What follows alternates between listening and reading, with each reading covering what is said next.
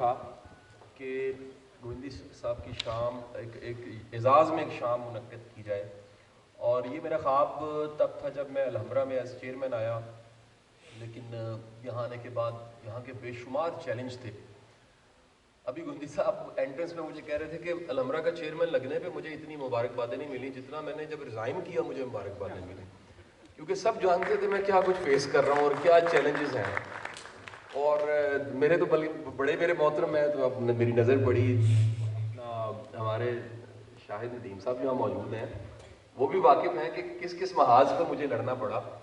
تو وہ ایک امپریشن یہ تھا کہ میں کوئی ڈوئر نہیں ہوں، شاید میں صرف لیکچر ہی ہیں میرے، اور میں کہتا تھا 100-150 بندہ میرے پاس کام کر رہا ہے، اور اتنے اللہ تعالیٰ نے موقع مجھے دیے ہیں پرفارم کرنے کے، as leader, as reformer, as teacher, as ایک ایکٹیوسٹ کے طور پہ۔ لیکن یہ پتہ نہیں کوئی سر آپ نے دم کرنا تھا مجھے، پھونک مارتے اور الحمرا میں وہ پرفارم کر سکتا۔ باہر کہہ یہ میرا خواب الحمرا میں آنے سے پہلے کا تھا کہ جب بھی کبھی میں الحمرا آؤں تو جتنے میرے زندگی کے قابل لوگ ہیں، مشاہیر ہیں، ان سب کو ان کے زندہ ہوتے ہوئے ان کے دن منائے جائیں۔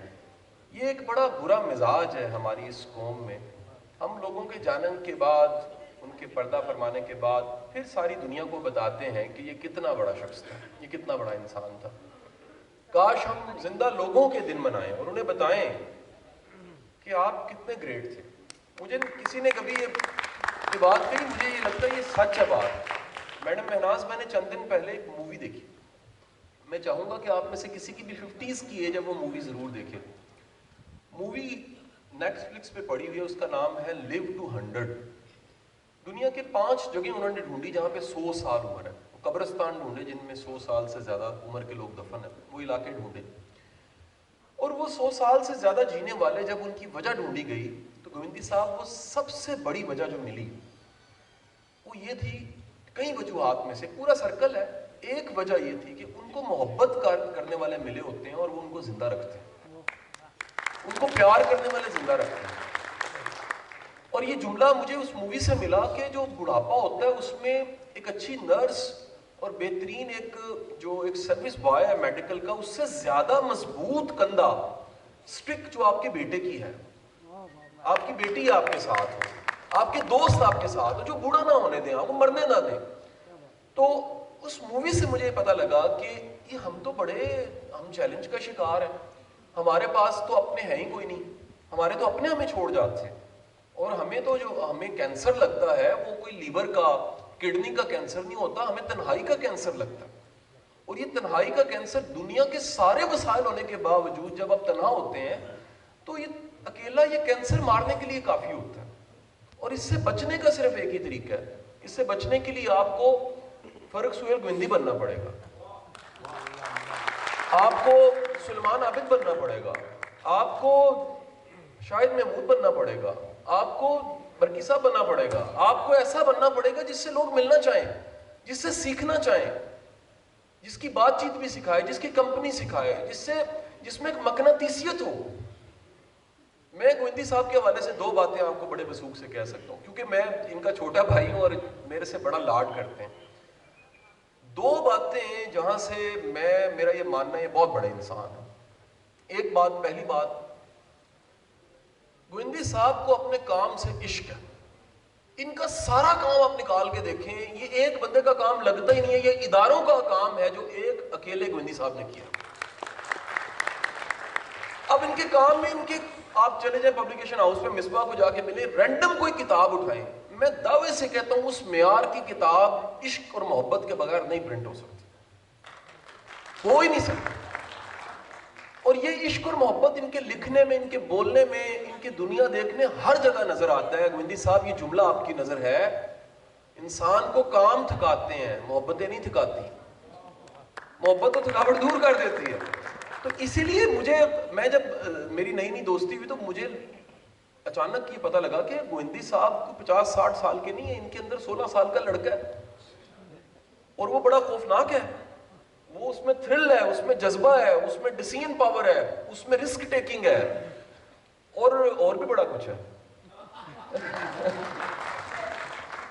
آپ کو میں نے اس لیے ویک بولا ہے کہ ہر ایک کو اپنے مطابق سمجھ آ جائے نا جی. میں کیوں مطلب کوئی ایسی بات کو کوئی صاحب جو کسی نے غلط سوچا اس کا اپنا قصور ہے. آپ تو بڑے نیک ہیں.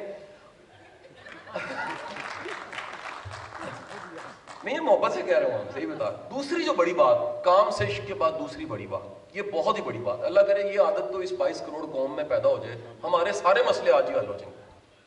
وہ کیا ہے؟ میرے نظریات گوہندی صاحب کے نظریات سے 180 درجے پہ مختلف ہیں, اور پھر بھی ہم ایک دوسرے سے محبت کرتے ہیں. یہ کوئی لازم نہیں ہے کہ کوئی آپ جیسا سوچے تو وہ ٹھیک ہے. یہ جو خدا کی قسم سب سے غلط ٹرینڈ ہمیں ملا ہے نا, کہ تم ویسا سوچو جیسے میں سوچتا ہوں تو تم ٹھیک ہو, ادروائز تم فارغ ہو. یہ اتنا بڑا دھوکہ ہمارے ساتھ ہوا ہے. اگر اللہ کو ورائٹی پسند نہ ہوتی تو دنیا میں سینکڑوں زبانیں نہ ہوتی. اگر کریٹر کو ورائٹی پسند نہ ہوتی تو 60 کلومیٹر کے بعد لہجے نہ بدل جاتے. اگر کریٹر کو ورائٹی پسند نہ ہوتی تو وہ کھانے جو پنڈی اور پوٹو آر کی بیلٹ میں پکتے ہیں ہمارے یہاں نہیں پکتے. وہ پنجاب کی بیلٹ میں یہاں پر ہم لوگ گوہندی صاحب نہیں پکاتے کئی ڈشیں ایسی جو وہاں پک رہی ہیں. ہمارے انداز مختلف ہے, ہمارے لہجے مختلف ہیں, ہم مختلف ہیں. ایک پلیٹ میں کھانے والے 4 بہن بھائی, ایک ماں کے پیٹ سے پیدا ہونے والے 6 بچے مختلف ہوتے ہیں. یہ جو ورائٹی ہے یہ بیوٹی ہے, تضاد خوبصورتی ہے. اور ہمارے ہاں پایا جاتا ہے کہ جیسے وہ ایک بڑی شاندار کسی نے سمجھانے کے لیے ایک تصویر بنائی ہوئی تھی براجہ صاحب. وہ تصویر کیا تھی؟ وہ تصویر یہ تھی کہ سارے جو سر ہے نا وہ ایک برابر, ایک سر اوپر نکلا اور ایک بندہ رندہ پھر, کہ یہ بھی قلم کر کے برابر کر دینا چاہیے. یہ جو مختلف ہونا ہے یہ خوبصورتی ہے. میری سوچ کا گوہندی صاحب کی سوچ سے مختلف ہونا اور ہم میں محبت ہونا یہ علامت ہے کہ ہم میں برداشت ہے, ضرب ہے. 8.7 ملین مخلوقات ہیں, گوگل پہ جا کے چیک کریں. کیا نہیں ہے ان کے پاس؟ صرف ایک چیز نہیں ہے, ان کے پاس برداشت نہیں ہے. وہ اپنی جبلت میں قید ہے. غصہ آیا کھا لیا کسی کو, دھاڑا کسی کو چیر پھاڑ کر دی. ریئیکٹو اپروچ ہے. کیا ہے انسان کے پاس جس سے انسان انسان بنتا ہے؟ انسان انسان بنتا ہے جب وہ مختلف کو برداشت کرتا ہے. جب وہ پسند نہیں بھی ہوتا, کو ناگوار گزر رہا ہوتا ہے, اسے برداشت کرتا ہے. اور یہاں حالات نہیں ہے. میں نے ایک میسج کیا اپنے یونیورسٹی کے گروپ میں, سر اگلا میسج مجھے آیا, please don't share this sort of content in this group. اور میرا کوئی اللہ معافی کو وہ غلط نہیں تھا, میری صرف سوچ مختلف تھی. ہم اگلے دوسرے بندے کی اس مختلف سوچ کو برداشت کرنے کو تیار ہی نہیں. یہ کتنا بڑا ظلم ہے. یہ اتنا بڑا ظلم ہوا کہ آج آپ کو بتا دوں, ہم 22 کروڑ نہیں رہے, ہم 22 کروڑ جزیرے بن چکے ہیں, اور جن کے درمیان کا فاصلہ پوری خلیج ہے. ہر گھر تقسیم ہو چکا ہے, ہر دفتر تقسیم ہو چکا ہے. میں پچھلے 10 دن میں 2 ملکوں میں گیا ہوں. میں ان لوگوں کے سوال ہمارے جو اوورسیز ہیں میں سن کے شرمندہ ہوتا ہوں کیا سوال کر رہے ہوتے ہیں. ہم فرقوں سے فرقیوں میں تقسیم ہو گئے ہیں. ہم پارٹیوں سے یقین کریں, ہم ہر ایک کی نیت پہ شک کریں. وہ بقول مستنصر حسین تارڑ صاحب, کچھ رب کے کرنے کے کام تھے, رب ہمیشہ سے کر رہا ہے, اور کچھ کام بندے کے کرنے کے. الٹ ہو گیا. رب کے کام تھے نیتوں کو جانتا ہے, رب کے کام تھے فیصلے اس نے کرنے, رب کے کام ہے کون جنت میں جائے گا کون جہنم میں جائے گا. اور بندہ کا کام کیا تھا؟ بندے کا کام تھا تیرا کی حال ہے, ماں ٹھیک ہے, طبیعت بل ہے, روٹی کھاتی ہے, پانی پینا ہے. ہم نے وہ کام جو ہم نے کرنے تھے رب پہ چھوڑ دیے, اور منکر نکیر بن کے ہم لوگ ہر وقت فیصلے کر رہے ہیں, یہ بخشا جائے گا, یہ ٹھیک ہے, یہ ٹھیک نہیں ہے, یہ نون لیگ ہے, یہ پی ٹی آئی ہے, یہ لیفٹ ہے, یہ رائٹ ہے. خدا کے لیے انسان کو انسان سمجھ کے عزت کرو, اس کی انسان کو بڑا مانو. جب آپ انسان کو بڑا مانتے ہو نا تو پھر آپ فرق سہیل گوہندی صاحب بن جاتے ہو. میں آخری بات یہ بھی کہہ دوں, آپ دیکھیے نا اس سارے ہماری اس گلیکسی میں جو سارے دوست اکٹھے ہیں, کتنی ورائٹی موجود ہے. اس میں پولیٹیشنز بھی ہیں, اس میں جماعت اسلامی سے میرے نکاح کی دعا کرانے والے براچہ صاحب بھی ہیں. وہ قائم ہے جی, اللہ کا شکر 19 سال سے چل رہا ہے. 4 نشانیاں پیدا ہو چکی ہیں اس نکاح کی. تو یہ مطلب آپ اگر دعا کرائیں تو دیکھیں کام چل پڑتا ہے سر. حضور والا اتنی ورائٹی یہاں پر موجود ہے, اور یہ کمال ہے گوہندی صاحب کا, کیونکہ میرے مطابق جو ٹپیکل روایتی پیر ہوتا ہے نا, اس کے سارے چاہنے والے ایک ہی طرح کی پگ پہن کے بیٹھے ہوتے ہیں.